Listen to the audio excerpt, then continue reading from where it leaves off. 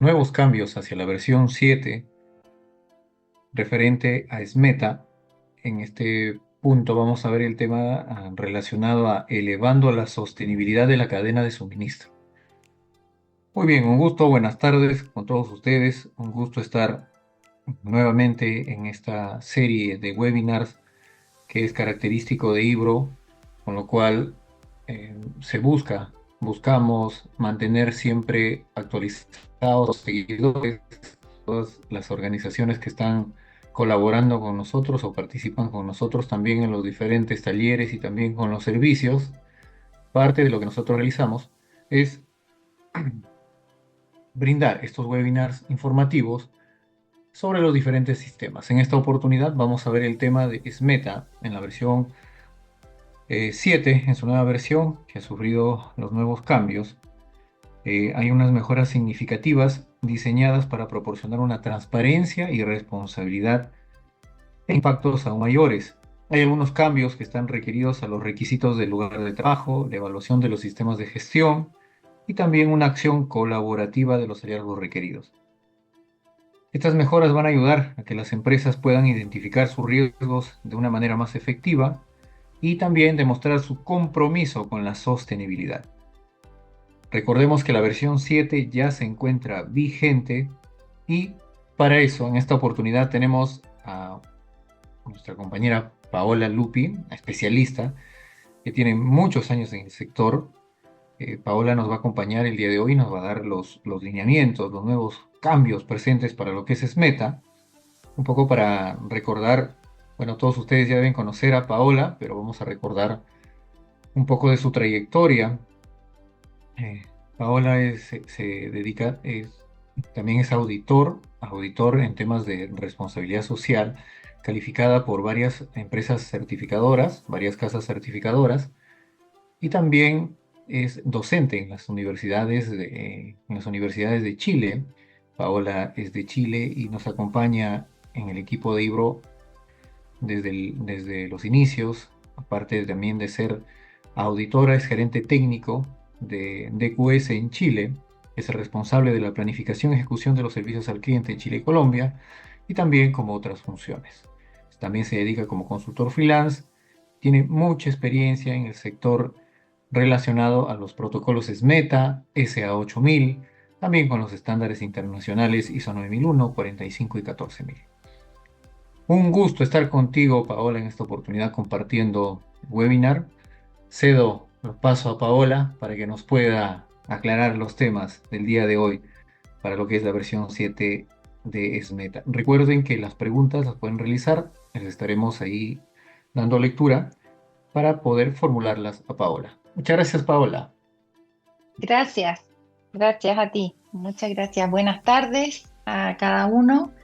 Eh, eh, bueno, solamente hacer una acotación que en la gerencia técnica de una casa certificadora la dejé hace 5 años, así que para que no, no haya confusión, hoy trabajo con otras dos casas certificadoras, pero en el fondo la experiencia queda. Bien, así es que no quisiera vincularme en particular a ninguna casa auditora, justamente por temas de confidencialidad y por los acuerdos que uno firma. Es lo mismo que cuando a mí me toca hablar de casos, estudios de casos, siempre se realizan sin mencionar los nombres de empresas, aunque sean empresas conocidas, ¿cierto?, por todo el mercado. Bien, eso es como una pequeña nota al inicio. Por mi parte, muy agradecida que me hayan invitado a participar con Ibro y también, como decía Percy, les vamos a pedir que puedan hacer sus preguntas a través del chat. Ahí me van a estar ayudando con las preguntas para poder irlas respondiendo. Y primero que todo, yo quiero presentar un pequeño recordatorio de la metodología 6.1 para compararla con la metodología 7, ya de la versión 7. Percy me decía, ¿y por qué pasamos de la 6.1 a la 7? Le digo, no sé, no tengo esa respuesta. Son determinaciones que toma el foro de SEDEX.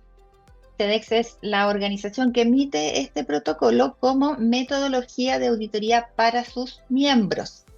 Bien, no es una norma, no es un estándar como tal, es una metodología de auditoría, yo le llamo protocolo, también ustedes le pueden llamar código, hay empresas que se refieren al código cuando hablan de SMETA, tal vez porque el origen de SMETA tiene que ver con el código ETI, que es un código de ética para el comercio, ¿verdad? Que también es de una organización internacional, al igual que SEDEX, y que da lugar a 9 compromisos. En el código ETI, ustedes, las personas que lo conozcan, si no lo conocen, lo pueden buscar en la página de eti.org.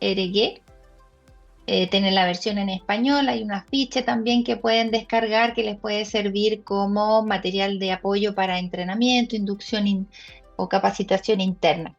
Bueno, está ETI, ¿cierto? Que emite este código con 9 compromisos que están todos relacionados con los derechos humanos. Y SEDEX, entonces, como organización, a través de sus miembros y de su foro, decide implementar esta metodología para las auditorías a las cadenas de suministro, mirando siempre la gestión del riesgo. Esos 9 compromisos se convierten en el protocolo SMETA, que cuenta con estos mismos 9 elementos más algunas adiciones, como por ejemplo una cláusula específica para derechos humanos que estaba o está en la versión 6.1, que todavía es auditable, todavía se audita esta versión hasta diciembre, y acá en la versión 7, como dice acá, la cláusula 0A de derechos humanos y la cláusula 0B de sistema de gestión se reemplazan o se distribuyen acá en los requerimientos del lugar de trabajo y en la evaluación del sistema de gestión, que es uno de los cambios de fondo. Bien, no es que en la versión 6.1 no se audite el sistema. De hecho, si ustedes se fijan, la cláusula 0B, que se llama sistemas de gestión, eh, lo que nos pide es un sistema. Pero al pasar a la versión 7, ese sistema se evalúa, hay una metodología establecida que de forma muy positiva previene eh, tal vez opiniones o juicios subjetivos sobre cómo la organización ha implementado este sistema. Recordemos que los sistemas de gestión en general se basan en el ciclo de mejora continua. Entonces, cuando nosotros hablamos de la evaluación del sistema, estamos pensando en cómo se ha establecido, cómo se mantiene y también qué tipo de seguimiento se realiza para poder asegurar esta mejora en el tiempo. Otros cambios significativos. Pasamos de tener 2 documentos guía, que son criterios de medición, ¿cierto? Donde tenemos los requisitos de la versión 6.1, pasamos a los requisitos mínimos de SMETA que están en un documento que se llama Anexo 4. Y el documento guía de mejores prácticas se reemplaza por los manuales. Bien, tenemos manuales específicos para auditores, compradores y proveedores, porque para las personas que trabajaron con la versión 6.1, podrán recordar que aquí en criterios de medición teníamos la opción, más que la opción, se nos presentaban requisitos voluntarios identificados por palabras como podría, puede, se recomienda. Esto en la versión 7 desaparece y tenemos solamente obligaciones o, como sucede en las normas que sí se certifican, se reconoce un requisito por la palabra debe. También criterios de medición tenía una redacción orientada a los equipos de auditores. Entonces, si ustedes lo leen, en criterios de medición dice, y el auditor debe revisar, y el auditor reporta, el auditor recomienda, el auditor revisa.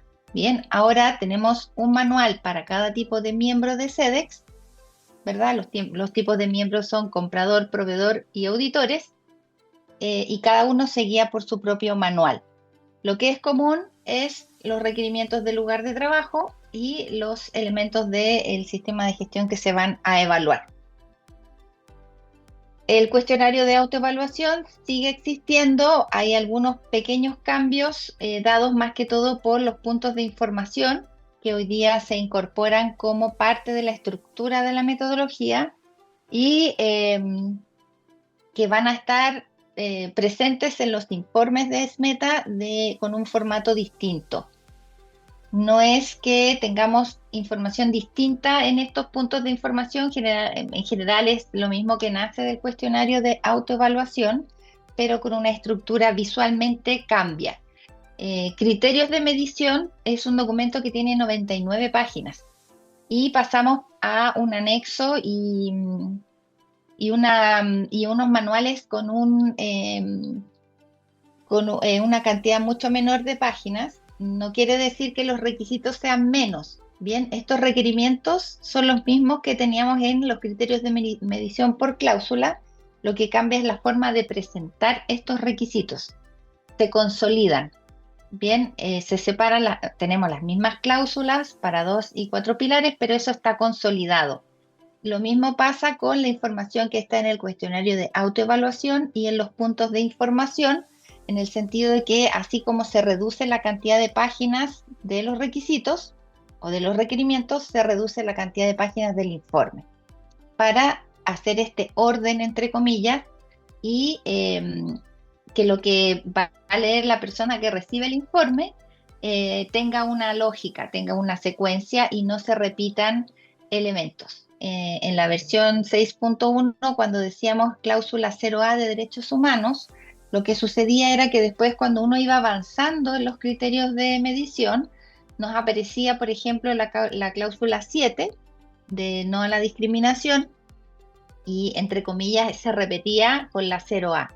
Acá eso ya se elimina en el sentido de que se continúa con los mismos requerimientos, pero en una estructura distinta. Hay un orden que permite consolidar información y de cierta forma también eliminar algunas áreas grises cuando en criterios de medición se nos decía puede o podría o se recomienda. Bien, aquí vamos a trabajar o vamos a reconocer solamente requerimientos que se identifican, como decía antes, por la palabra debe.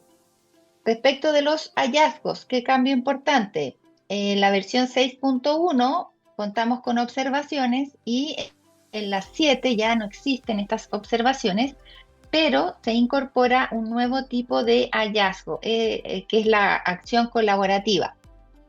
Esta acción es una no conformidad.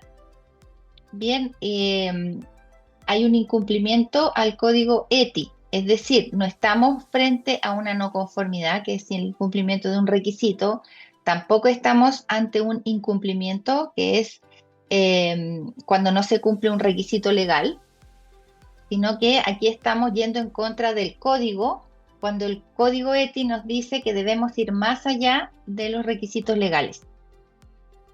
Por lo tanto, estas acciones colaborativas están asociadas a ciertas cláusulas y no a todo el protocolo, no a cada una de las cláusulas de los 2 y 4 pilares. Por último, los reportes se mantienen, como digo, visualmente van a variar en la forma en que se va a entregar la información, pero dado que tenemos los mismos requerimientos, va a seguir conteniendo la misma información, lo que cambia es la forma. Yo no, a ver, voy a estar mirando el chat por si tenemos, Acá claro, no, tenemos unas aquí, preguntas, Paula. ya, si me puedes Ah, ayudar con eso, por sí, favor. sí, tenían unas preguntas respecto al tema del manual del manual, ya sea del Están auditor, acá. manual del miembro comprador o el manual del Ujú, miembro proveedor.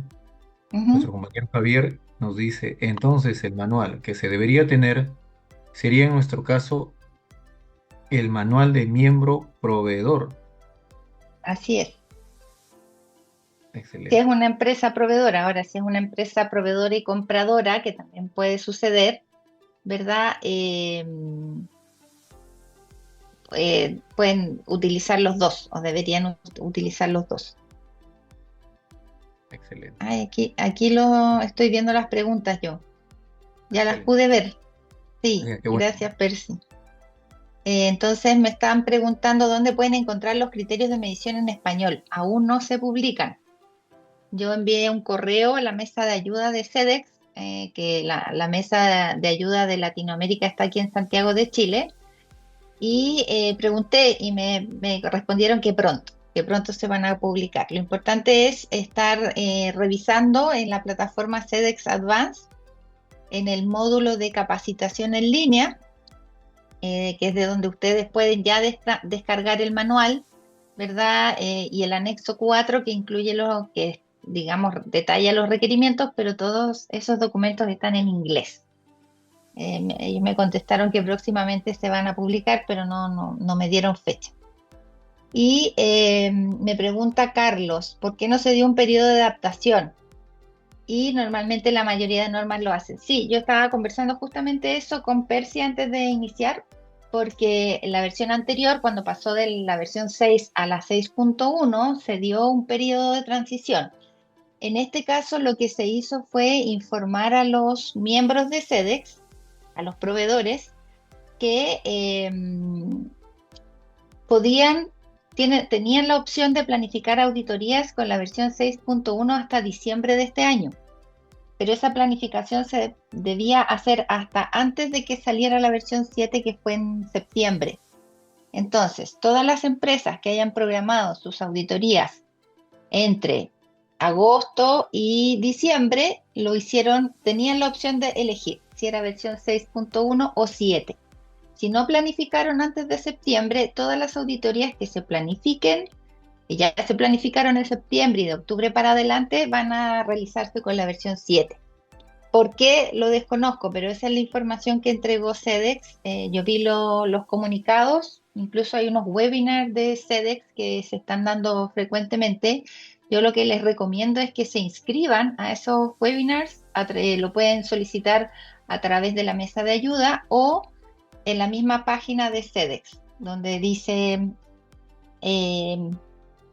contáctenos, me parece que es la opción. Bien, entonces esos webinars que son unas pequeñas especies de reuniones que hacen ellos para los miembros de SEDEX, algunas tienen de duración media hora o 40 minutos y ahí van informando los cambios. Esos webinars, yo como auditores, a nosotros nos estaban invitando desde enero de este año, para que nosotros fuéramos comprendiendo todas las etapas que estaban dentro del plan de cambio de la versión. Dice los manuales, ahora que leo el cambio. Ya lo mismo que preguntaba antes por los documentos. Sí, no sé cuándo van a estar en español.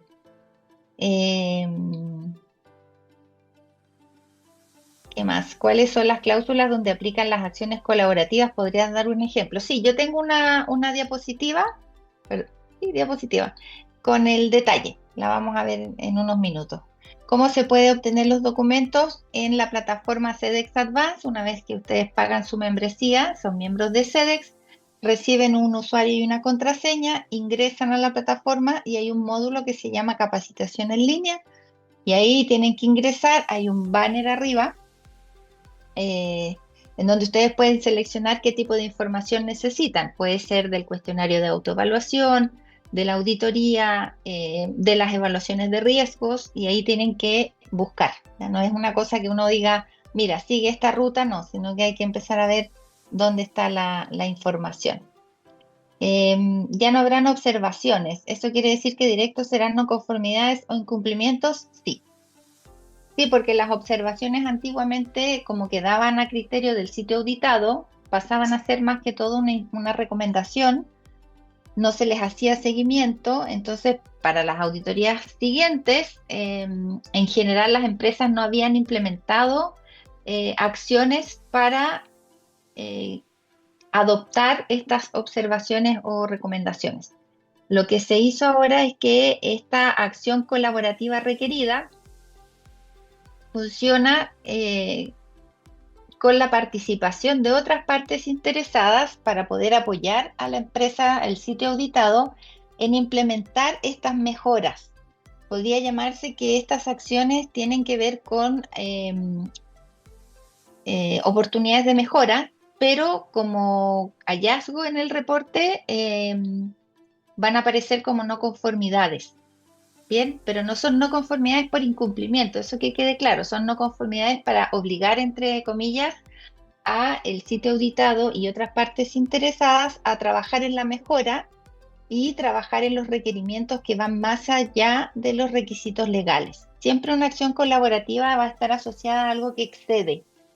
Si la empresa no cumple un requisito legal, eso es no conformidad, ¿bien? Pero no está no se llama no conformidad como tal, se llama acción colaborativa requerida. Yo les voy a mostrar las cláusulas donde están asociadas.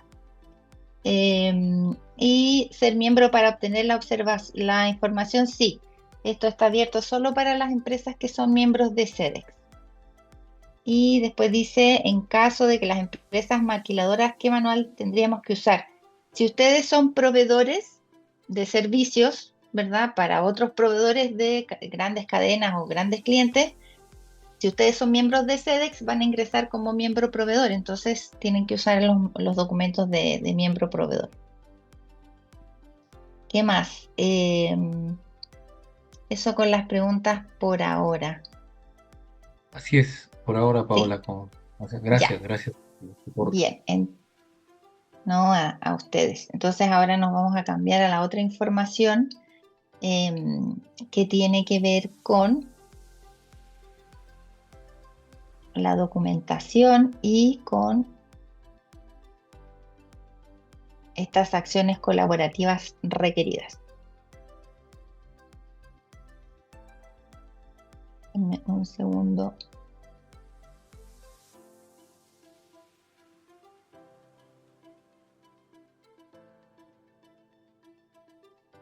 Bien, como les decía, el propósito del cambio de versión, y esta es una interpretación mía, no es algo que me haya informado a mi SEDEX ni la casa auditora, lo que yo siento, ¿verdad? Por lo tanto es una percepción, es un comentario subjetivo. Lo que yo siento es que trataron de, como decía, eliminar estas áreas grises en donde muchas veces nosotros podríamos quedar ante la duda de si nos estaban pidiendo algo de forma obligatoria o estábamos frente a una recomendación.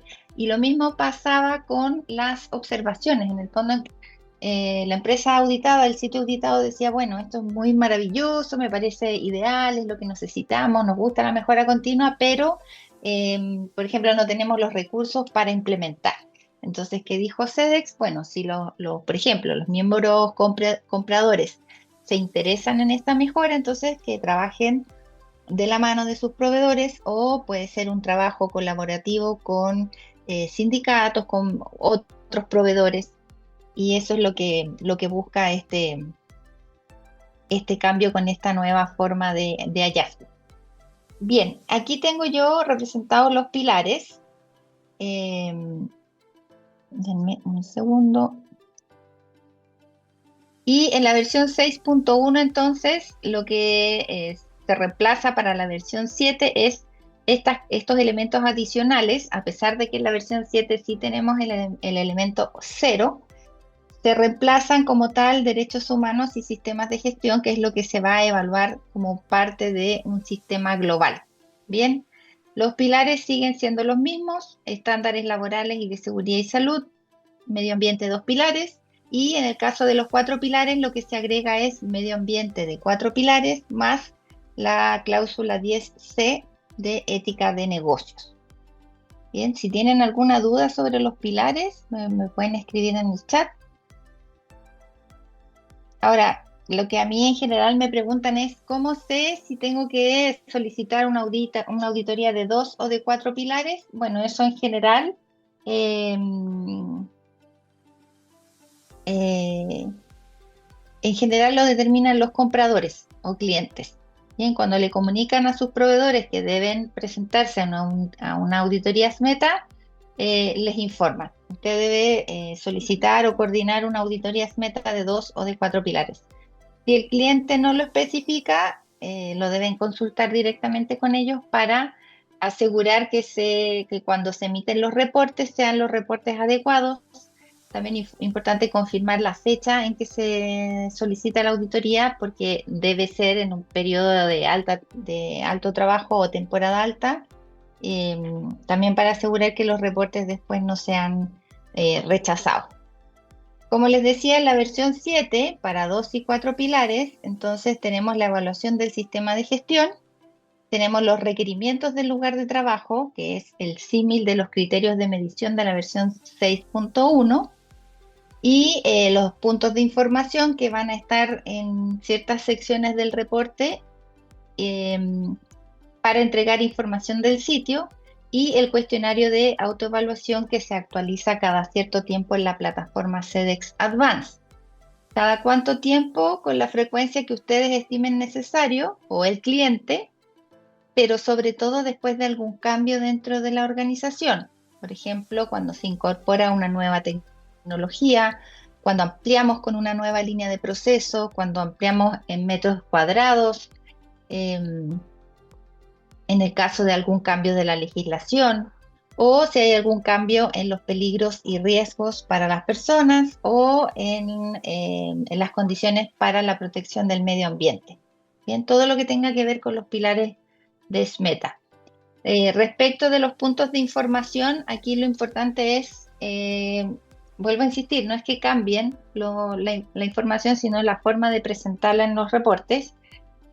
Aunque un elemento que se cambió es el análisis de la fuerza de trabajo, en el sentido que antiguamente en el reporte se mostraba la cantidad de trabajadores propios y externos abierto por género hombre-mujer. Hoy eso se cambió para incorporar un tercer género y salir de esta forma de analizar la fuerza de trabajo con información binaria, ¿sí? Entonces tenemos mujer, hombre y un tercer género que si la empresa quiere informar o el trabajador quiere informar, se puede incorporar en ese análisis, pero no es obligatorio tampoco, ¿bien? O sea, lo requerido obligatorio es establecer cuántos hombres y cuántas mujeres trabajan en la empresa. No sé si tienen dudas o preguntas hasta aquí. Sí, hola, hay una pregunta. Díganme. Nos habíamos consultado, Javier dice si se puede seguir auditando dos pilares. Sí, claro. Se Sí, puede. sí, sí. Entonces, Siempre eso se va a mantener. Sí. excelente. Y nuevamente también, gracias por nos hace la pregunta, nos dice, nuevamente pregunta, dice, o bueno, lo afirma ya. Me comentó mi organismo auditor que sería obligatorio con la versión 7 hacer la auditoría con 4 pilares. No. A menos que el cliente lo pida. Si el cliente lo solicita, se debe hacer de 4 pilares, pero si no, claro, puede que la casa auditora tenga información que no tiene el sitio a auditarse, ¿verdad? A lo mejor el comprador le dijo a esa casa auditora, mira, ahora todas mis auditorías deben ser versión 4 pilares, no versión. Todas mis auditorías se deben realizar en base a 4 pilares. Lo que hay que hacer en ese caso es confirmar con el cliente. Si el cliente ha dado esa instrucción, vamos a tener que cumplirla. Ya, una Bien, compañía, Ana Colonia nos dice, a nosotros nos han pedido de 4 pilares. Entonces, si ya los pidieron, entonces me imagino que tienen que cumplirlo, ¿no? claro, claro. Y lo importante sería que si tienen más de un cliente que solicita Meta, se pongan de acuerdo también con los compradores para que ellos acepten el mismo informe, o los informes, porque son dos, de una misma casa auditora. Porque a veces también los compradores, además de decir quiero 2 o quiero 4 pilares, dicen, y además usted debe auditarse con esta casa auditora que es de mi preferencia. Entonces, si tengo el cliente A que me pide la certificadora 1 y tengo el cliente B que me pide la certificadora 2, bueno, voy a tener que solicitar la auditoría 2 veces. La idea es que no. La idea es que podemos minimizar esos gastos, más que gastos, esa inversión en auditorías, teniendo esas conversaciones con los clientes. Bien, voy a continuar. Gracias Gracias, dice Javier, y las personas que han hecho las preguntas te agradecen. Gracias. a ustedes. Bien, entonces, como decía, pasamos de estos dos documentos bastante extensos a otros documentos que son mucho más, están más comprimidos. Vuelvo a insistir, no se trata de eliminar requerimientos, sino de consolidar los requisitos. Antes, en criterios de medición, bueno, en la versión 6.1, para quienes todavía tengan auditorías bajo esta versión, que hayan planificado, por ejemplo, durante el primer semestre del año, Se van a fijar que en criterios de medición incluso aparecen las preguntas que los auditores deben realizar a las personas durante las entrevistas. En la versión 7 eso desaparece, entonces más que todo quedan las guías para auditores para poder ejecutar cada actividad de la auditoría sin que el proveedor tenga que involucrarse en tanto detalle, por ejemplo, de qué preguntas se van a realizar. Eso está acá, ¿verdad? La etapa de ejecución. Aquí aparece la revisión documental, el recorrido por el sitio y las entrevistas que se realizan como parte de una auditoría, ya sea de 2 o de 4 pilares. La diferencia es que es la duración. Bien, una auditoría de 2 pilares es mucho más breve que una de 4 pilares.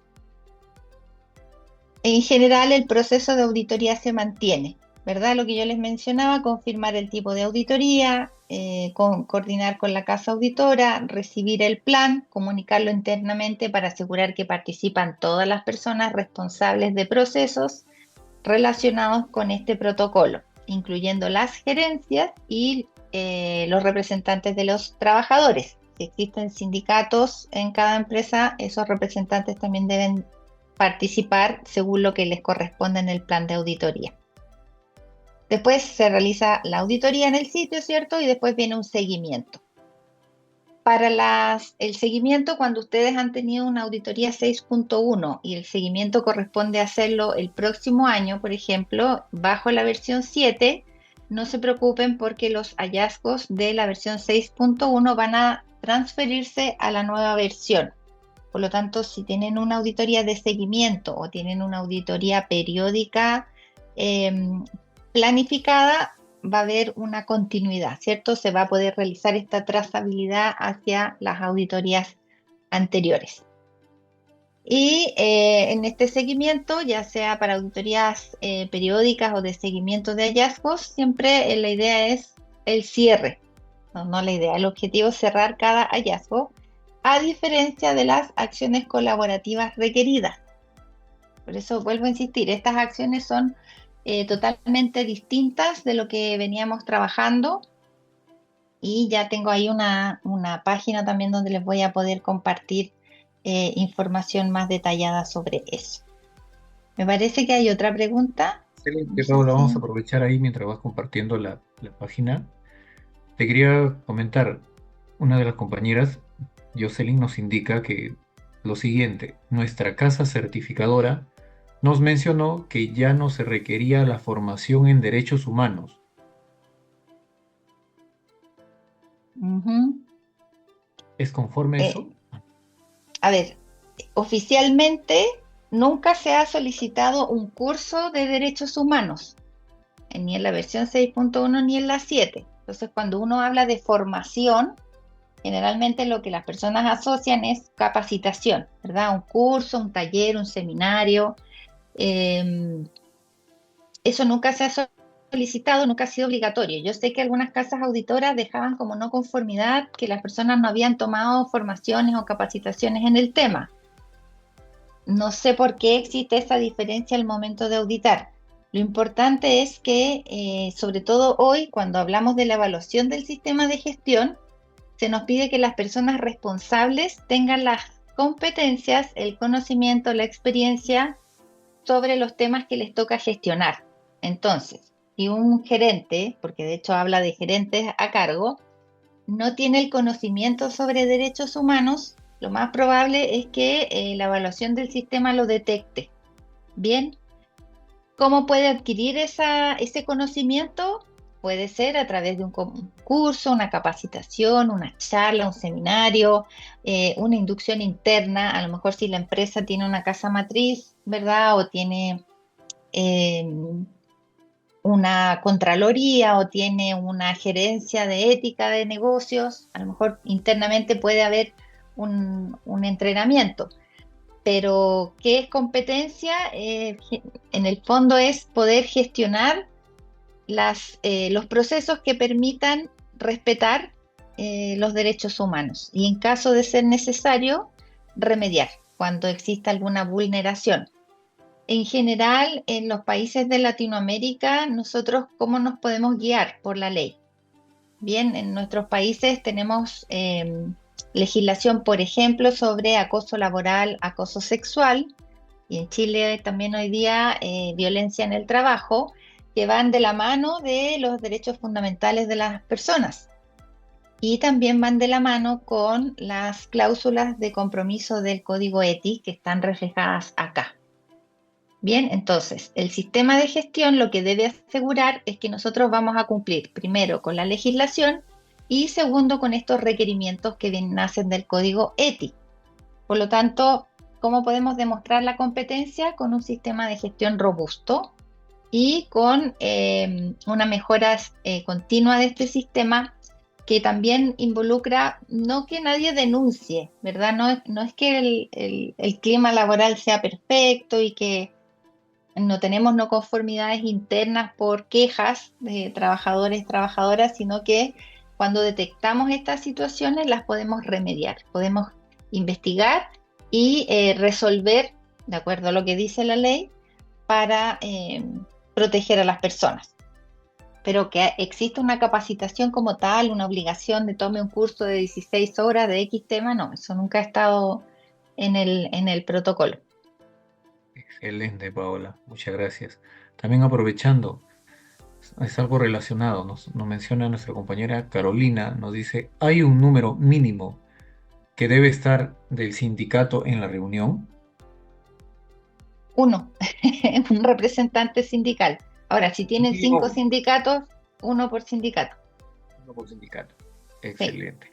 Hay otra ese es pregunta el también. mínimo. Por favor, acláreme si entendí bien. Si la auditoría se programó en el primer semestre de 2024, se audita versión 6.1. Si se programó desde agosto, se audita versión 7. ¿Es Sí, desde correcto eso? septiembre, ¿O desde se pasa septiembre. con las no anunciadas? Sí, las no anunciadas, como las solicita el cliente, el comprador, ese cliente le debe haber dicho a la casa auditora con qué versión estaba solicitando la auditoría, pues la cantidad de pilares también. O sea, ahí el sitio auditado no tiene cómo enterarse hasta que llegue el equipo de auditores y le va a informar el tipo de auditoría.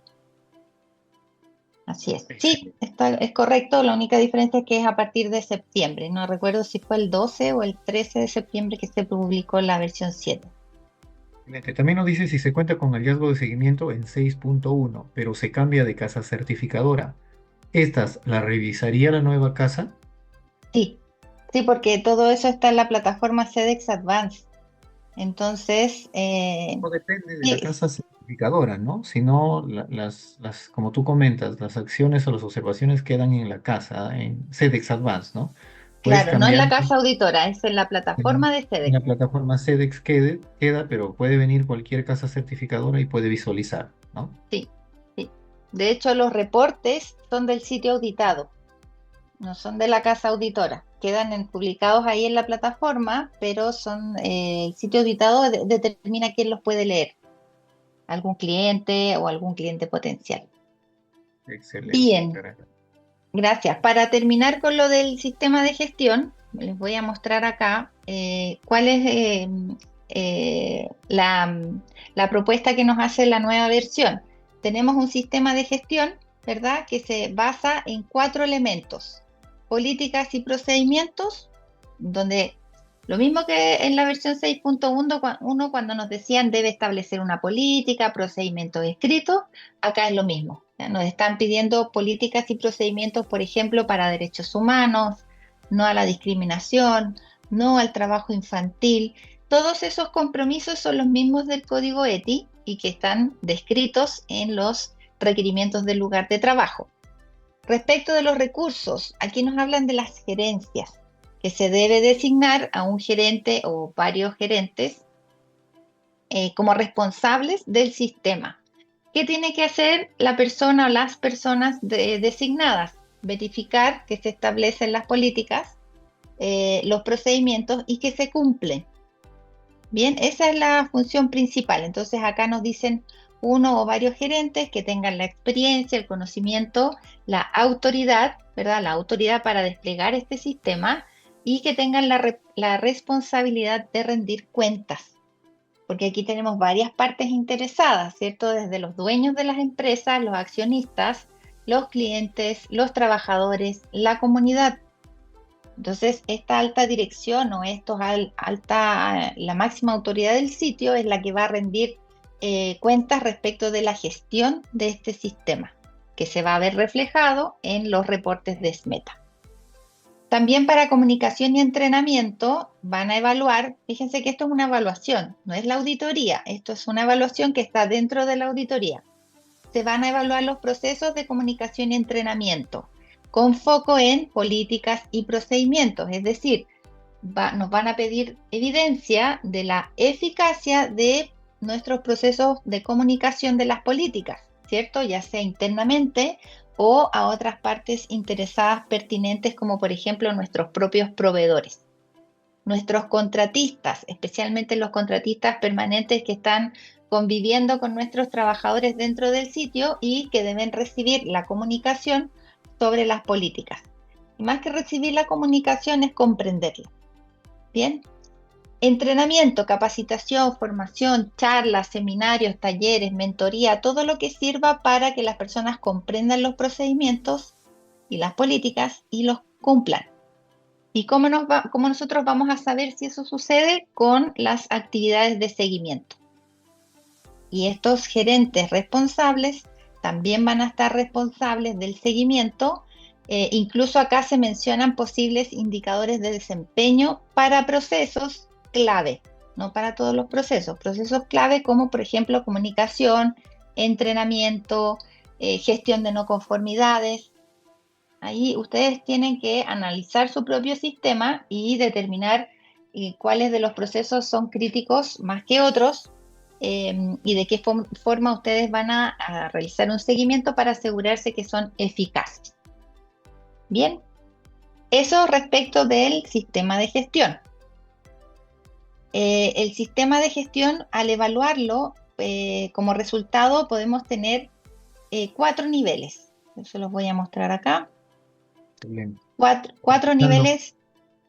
Aprovechando, Dígame. hola, dice, yo tuve una auditoría externa en mayo en la versión 6 y ahora tengo una auditoría de seguimiento en octubre. ¿En qué versión pasaré? En 7. Pero lo que pasa es que la de seguimiento es solamente para hallazgos. No es que le vayan a auditar nuevamente el sistema. Es solamente seguimiento de los hallazgos. No le van a empezar a pedir las políticas ni le van a empezar a pedir información adicional, a menos que el hallazgo que ustedes tienen abierto, ¿verdad?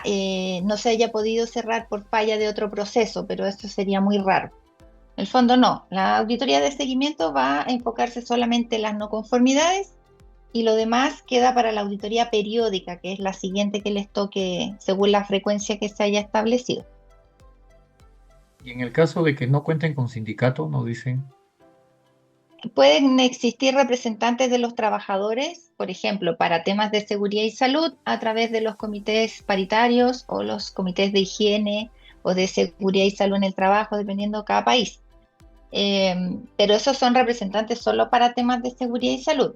Si ustedes quisieran tener representantes, por ejemplo, para negociación colectiva, podrían también establecerlos, constituir esos comités de acuerdo a lo que permita la ley. Bien, gracias. gracias. Entonces, como resumen de los elementos a evaluar en este sistema, tenemos estos 4, ¿verdad? Que teníamos antes en la otra gráfica. Y los posibles niveles como resultado de la evaluación van desde un sistema de gestión robusto, ¿verdad? Cuando encontramos la evidencia de que cumplimos con todo esto, hasta el no cumple, ¿verdad? Que es cuando, por ejemplo, no tenemos políticas, no tenemos procedimientos, vamos a quedar en este nivel. Por el contrario, si todas las políticas y procedimientos aseguran que se cumplen los requerimientos del lugar de trabajo, ¿cierto? Los antiguos criterios de medición, entonces estamos frente a un sistema de gestión robusto. Ahí yo sé que tiene alguna pregunta. Bueno, y lo mismo pasa con la designación de los gerentes, ¿cierto? La comunicación y entrenamiento y el seguimiento para cumplir los procedimientos y las políticas. Si ustedes se fijan, todo esto, en la base que tiene, son los procedimientos de las políticas. Excelente, Entonces, Paola. Explica también nos parece que hay dicen, una, dígame. nos dicen, cuando se habla de sistema de gestión, ¿en base a qué norma espera este protocolo que exista? Es este mismo protocolo que se aplica y cuyo funcionamiento, organización y formalización se entiende que es el sistema de gestión. Aquí está reflejado el sistema de gestión. Este sistema para SEDEX está basado en políticas y procedimientos que dan respuesta a los requerimientos del lugar de trabajo, que hoy se llaman código de área o WR, los antiguos criterios de medición. ¿Con qué recursos vamos a dar cumplimiento a estos requerimientos? ¿Cómo vamos a comunicar, a entrenar y cómo le vamos a dar seguimiento a las políticas, procedimientos y procesos para asegurar este cumplimiento? Y los requerimientos del lugar de trabajo incluyen el cumplimiento de los requisitos legales. Al final de cada una de las cláusulas especifica que además de los compromisos con el código ETI, nosotros tenemos que cumplir la ley, que en el fondo eso aplica para cualquier empresa, sea miembro de SEDEX o no. Eso entonces con relación a la evaluación del sistema de gestión. Y respecto de los requerimientos del lugar de trabajo, primero como definición, tenemos que son todos aquellos que nacen del código ETI y, como les decía antes, se reconocen por la palabra debe. Bien, estos requerimientos, como dice acá, son aplicables a todo tipo de sitio y están separados en los pilares de SMETA. ¿Se acuerdan que yo les nombraba los 2 y 4 pilares? Y que de la versión 6.1 desaparecía la cláusula 0A de derechos humanos y la 0B de sistemas de gestión. Bueno, acá se reemplazan por una una cláusula 0 que especifica requerimientos sobre la evaluación precisa, es decir, nos pregunta si hemos podido completar la auditoría, si hubo algún caso de tratar de entregar información falsa al equipo de auditores y también incluye el requerimiento sobre la política de derechos humanos. Después de esa cláusula 0 empiezan a desglosarse todos los requerimientos para las demás cláusulas de los 2 y 4 pilares. Acuérdense que de 2 pilares llegan hasta aquí las cláusulas y de ahí para adelante ya el conjunto total aplica para una auditoría de 4 pilares. Vuelvo a insistir, estas cláusulas son las mismas que en la versión 6.1 porque nacen del código ETI. Aquí la única adición que se le conoce como adición es la cláusula 0 y medio ambiente más código de ética, que eso no está en el código ETI. Bien, y este es el anexo que yo les mencionaba donde están los requerimientos del lugar de trabajo y esto es lo que me preguntaban si está en español. Por lo menos creo que el lunes ingresé a la plataforma y no encontré nada nuevo. Seguramente la casa auditora nos va a comunicar cuando eso ya esté. La otra opción es estar preguntándole a SEDEX a través de la mesa de ayuda. Los requerimientos del lugar de trabajo como decía yo, se desglosan desde cada cláusula, excepto en la 0, ¿cierto? Que esto es, entre comillas, nuevo. Y aquí está lo que yo les mencionaba sobre la política de derechos humanos. A través de todo el anexo 4, ustedes van a ir identificando distintos tipos de políticas que se van a requerir. Entonces, ¿se acuerdan de la evaluación del sistema de gestión? A esas políticas nos estamos refiriendo. Y los requerimientos del lugar de trabajo incluyen estas acciones colaborativas requeridas. Esta descripción que está aquí está en los manuales. Bien, yo aquí no estoy inventando nada, ni la rueda, ni estoy redactando algo particular. Lo pueden tomar directamente del manual del proveedor. Hay una guía también que se llama de acción colaborativa requerida, que es una guía específica, bueno, tiene 2 páginas. Es bastante superficial, pero yo creo que de todas formas les convendría leerla. Y lo importante que aclara en este caso, además de que estamos frente a un tipo especial de no conformidad, dice que las actividades necesarias para cerrar estos hallazgos dependen de las partes interesadas más allá del sitio auditado, es decir, más allá del proveedor. Podría ser necesaria la colaboración entre este sitio y sus compradores, o el sitio y sus sindicatos, el sitio y sus contratistas, o el sitio y la comunidad, lo que ustedes hayan determinado como parte interesada relevante y que podría aportar a la mejora. Importante también que SEDEX no establece una fecha de cierre ni una metodología de verificación para los hallazgos. Bien, es decir, hoy ustedes tienen auditorías de seguimiento para cerrar no conformidades. En la versión 7, claro, se hace una revisión en una auditoría de seguimiento, pero no existe una obligación de cierre. O si ustedes se ponen como plazo cerrar en 2 años, también podría ser, también es válido, porque de nuevo depende de esta colaboración. Podría ser que en algún minuto también después de implementar un plan de acción, ustedes pudieran decir, sabes que en realidad lo intentamos, hemos trabajado con todas las partes interesadas pertinentes, pero no lo hemos logrado, y en ese caso también se tiene que evaluar, ahí se hace una evaluación especial. Cuando yo les decía, estas acciones colaborativas no son para todas las cláusulas, es porque están acotadas a la 1A, a la 4, al 4G puntualmente, en la cláusula 5, para las subcláusulas 5AA y 5.A.B, y en el 7 para el requerimiento 7.E. Esto ustedes lo encuentran en el anexo 4.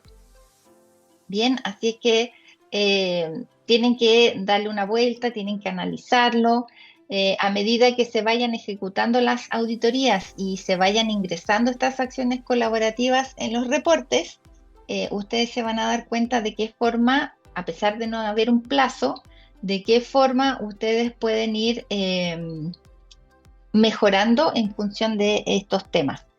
Incluso lo que yo les comentaba antes de las áreas grises, ¿cierto? Cuando se audita la versión 6.1 y uno habla del salario vital o del salario digno, que es distinto del salario mínimo legal, muchas veces no era una discusión, pero había una cierta tensión entre decir, bueno, usted cumple con pagar el mínimo legal, cumple la ley, pero no está cumpliendo con el código ETI, porque el código ETI nos dice, usted vaya más allá, dele la mejor condición a sus trabajadores.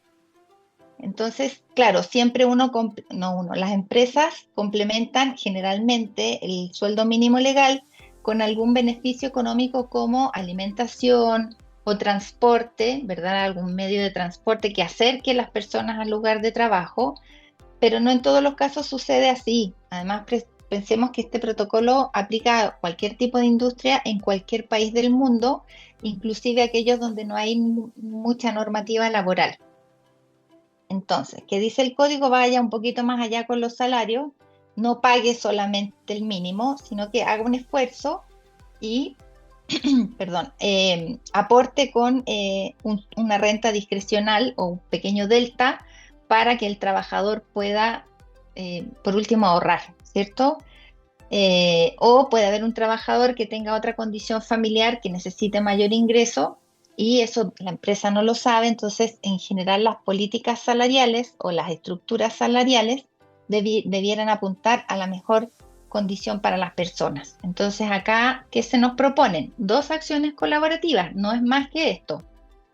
Revisar el salario total de los trabajadores, incluyendo los beneficios económicos, para compararlos con un salario digno.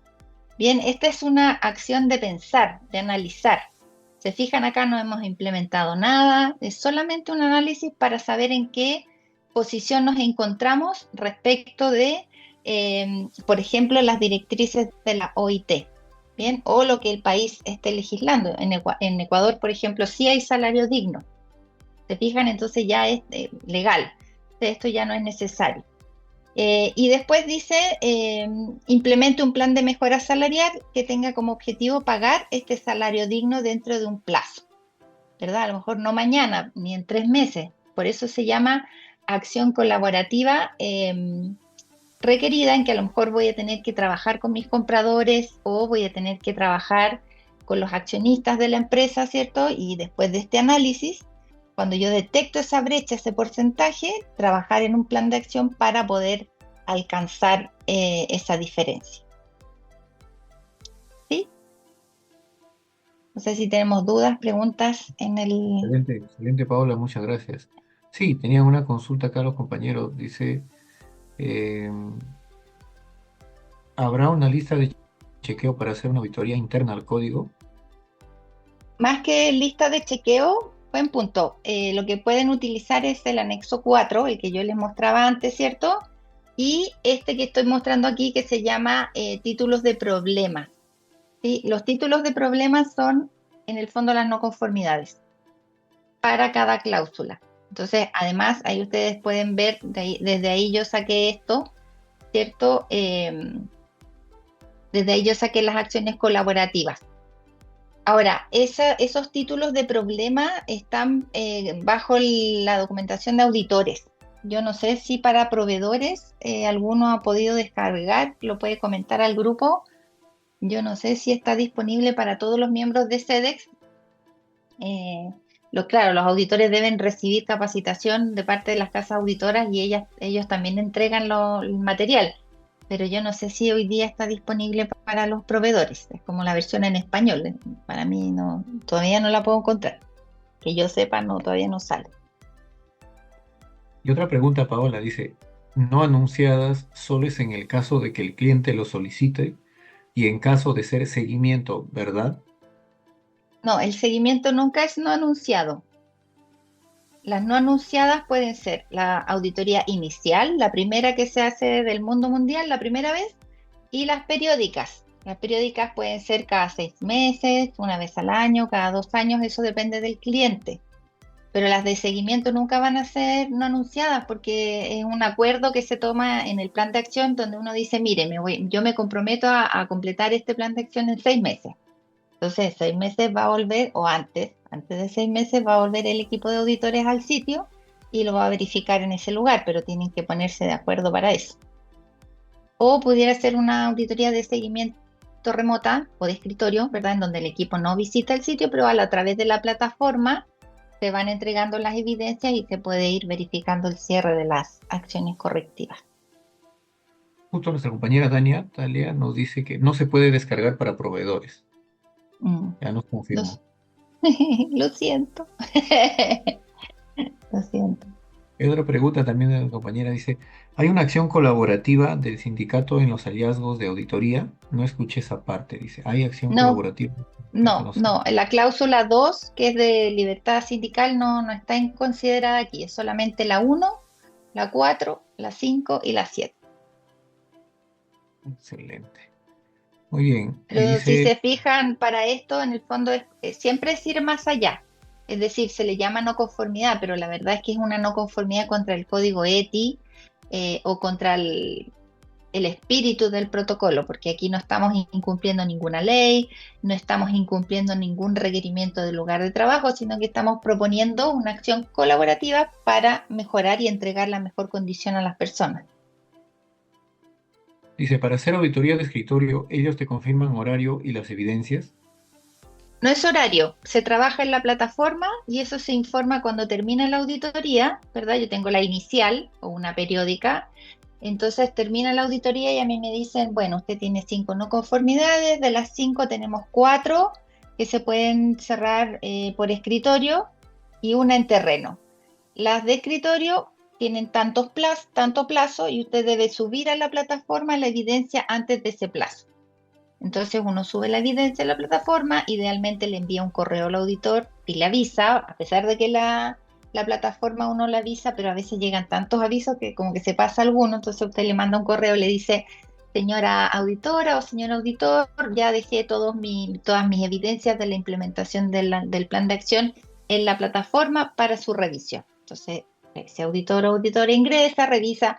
Si tiene alguna duda, le va a preguntar o le va a decir, mire, le falta esto o no se comprende esto, y ahí van trabajando en conjunto, pero nunca eh, digamos, no hay una reunión, sino que eso todo va a través de la plataforma hasta que se logra el cierre.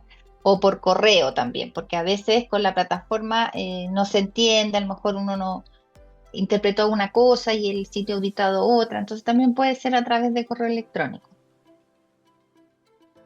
Eso. Excelente, Paula. Y otra pregunta dice, buenas tardes, ¿qué pueden comentar acerca de la sustentabilidad en esta nueva versión? Continúa el mismo espíritu, ¿ah? Ser sostenibles y sustentables, o sustentables y sostenibles en el tiempo. Lo que lo que yo he visualizado al trabajar yo con empresas que son auditadas, ¿cierto? En planes de mejora o en mejoras de proceso, es que hoy los consumidores y los compradores están muy preocupados de la sostenibilidad, de la sustentabilidad y de la ética. Entonces, yo he observado, sobre todo en la industria agrícola, eh, requerimientos de parte de los clientes de que el proveedor, por ejemplo, un proveedor exporta uva de mesa, ¿verdad? Y ese proveedor tiene ciertos campos y el 80% de su producción es propia, pero el 20% que resta lo compra a distintos otros agricultores, ¿cierto? A lo mejor más pequeñitos. Y el comprador que está en un supermercado en Japón está pensando, bien, yo estoy comprando esta uva de mesa chilena, maravillosa, exquisita, y ¿habrá pasado algún niño por aquí? ¿Algún niño habrá tenido algo que ver con esta uva? Entonces, la cadena de supermercado empieza a preguntar, oiga, usted el 80% de su producción, yo sé que usted la manipuló, que usted no tiene niños trabajando porque usted lo auditó una empresa auditora, pero ¿qué pasa que en el otro 20% que usted le compra a otros campos? ¿Ellos tienen niños trabajando? Entonces, la tendencia que yo estoy viendo, que no es para toda industria, es que hoy día los compradores están pidiendo que el proveedor del proveedor también sea miembro de SEDEX. Eso yo lo veo como una señal de que hay mucha preocupación, no solo por la sustentabilidad, sino que la sostenibilidad en el tiempo. Recuerden que este modelo de SEDEX lo que busca es evaluar el riesgo en la cadena de suministro.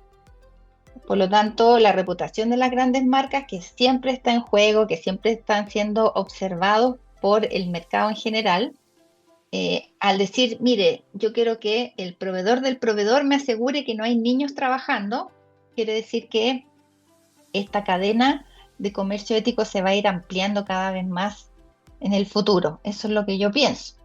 Puede que me equivoque, pero es la tendencia que yo he observado. Excelente, muy bien, Paula. Muchas gracias. También nos comentan, nos dice un compañero, ¿y qué guía o esquema aplica para conocer el salario digno de mi país? Entre paréntesis, Perú. Mire, hay varias metodologías que son, que ya están aprobadas de forma internacional. Habría que en cada país, en forma particular, hacer el análisis de sobre cuál de estas metodologías está validada. La OIT entrega bastante asesoría al respecto. De hecho, ellos tienen una guía. Si ustedes ingresan a la página de la OIT, van a ver que hay estudios y hay guías para el análisis del salario digno, porque ellos parten haciendo un estudio desde las necesidades básicas, ¿verdad? El salario debe cubrir al menos las necesidades básicas como la alimentación, la vestimenta, un lugar de trabajo, acceso a la salud y todo lo que vaya más allá, como decía yo, poder de ahorrar, el poder de irse un fin de semana a la playa o si me quiero hacer un tratamiento dental o mejorar mi casa. Ese delta, ese porcentaje es lo que la OIT va entregando guías, pero depende mucho de cada país, depende de la industria también, porque hay industrias que, como digo yo, no sé, en el campo a lo mejor las personas están más alejadas de centros donde puedan acceder a un centro médico, ¿verdad? Entonces la empresa no necesariamente en la remuneración de fin de mes, sino que a través de un beneficio acerca ese servicio, no sé, dental o médico al lugar de trabajo para sus trabajadores y sus familias. Entonces, calcular el salario digno es un trabajo importante. Por eso acá dice, la primera acción colaborativa es eh, aquí, revisar, analizar, buscar. Eh, yo les recomiendo guiarse por las directrices de la OIT. Eso haría yo. Así es. Sí, para aprovechar, como también yo soy de Perú, un poco para poder aclararle ahí al compañero, es que lo primero que podemos hacer es siempre revisar la revisión, como dice, la remuneración mínima vital y también ver el tema de la canasta familiar. Eso es lo que se hace por lo general acá en Perú. Como lo que comenta ahí, también a aportar a lo que dijo Paola, también monitorear el costo de vida, ¿ok? Y Ujú. la inflación. Y Sí. también hay estudios en el Ministerio de Trabajo del Perú, también hay, y también en el INEI, en el Instituto Nacional de Estadística e Informática del Ujú. Perú, tenemos esos datos y también todos esos se basan con los estudios que dice Paola de la OIT. Sí.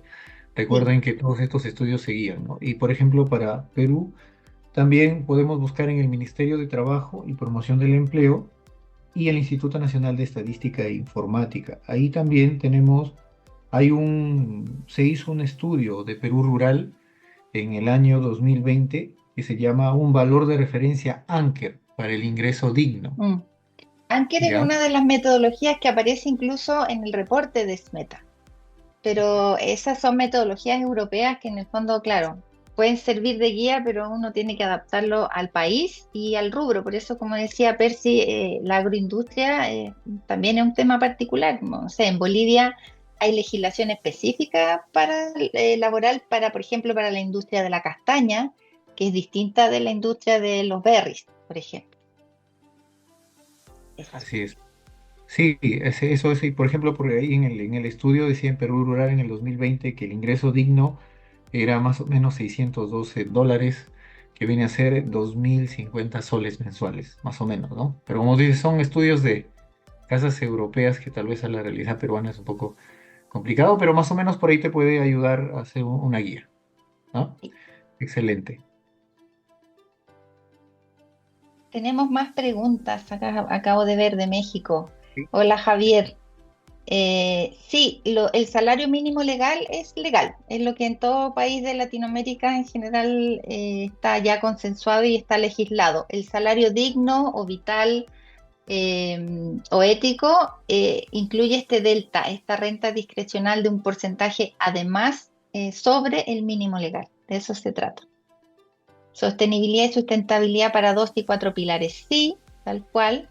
Y las jefaturas de recursos humanos o la gerencia de recursos humanos, me imagino que es por el tema de designar a gerentes.